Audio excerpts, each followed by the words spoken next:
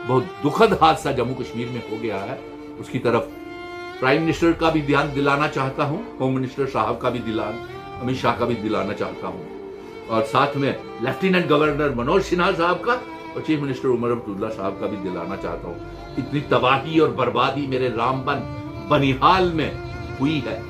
गाड़ियां दब गई, घरों के घर दब गए, मासूम लोगों की जानें चली गई, बेघर हो गए लोग।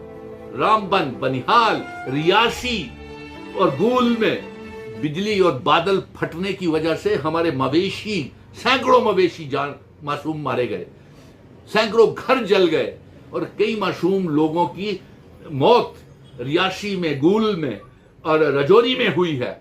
और रामबन और बनिहाल में पूरा नेशनल हाईवे रास्ते ही नजर नहीं आ रहे, मलबे के ढेरों में और लैंडस्लाइड में गाड़ियां तक दब गई हैं। एलजी साहब, क्या आप इफ्तिकार पार्टियां और डिनर पार्टियां करते रहेंगे कि असेंबली का सेशन बड़े अच्छे तरीके से चलाया?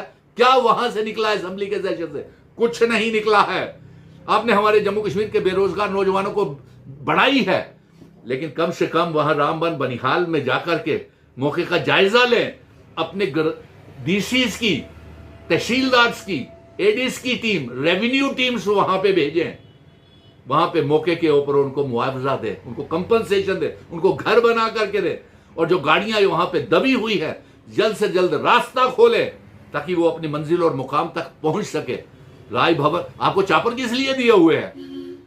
इसलिए दिए हुए हैं कि मौके के ऊपर जाएं, इसलिए नहीं दिए हुए हैं कि आप भारतीय जनता पार्टी की रैलियां करवाने के लिए ही यहां पे करते रहे। बड़ी तबाही और बर्बादी रामबन और बनिहाल के लोगों के साथ हुई है। हम रामबन और बनिहाल के लोगों के साथ हैं, मिशन स्टेटहुड आपके साथ है। हम आपके लिए कंपनसेशन की भी मांग कर रहे हैं और आपके लिए जो घर और जो होटल, दुकानें, गाड़ियों की तबाही हुई है उसका भी मुआवजा देने की मांग कर रहे हैं। चीफ मिनिस्टर साहब, उमर अब्दुल्ला साहब, आप भी जाइए, एलजी साहब बिना समय गवाए आप भी जाइए वहां पे। और आखिर में मैं ये कहूंगा कि हमारे बेरोजगार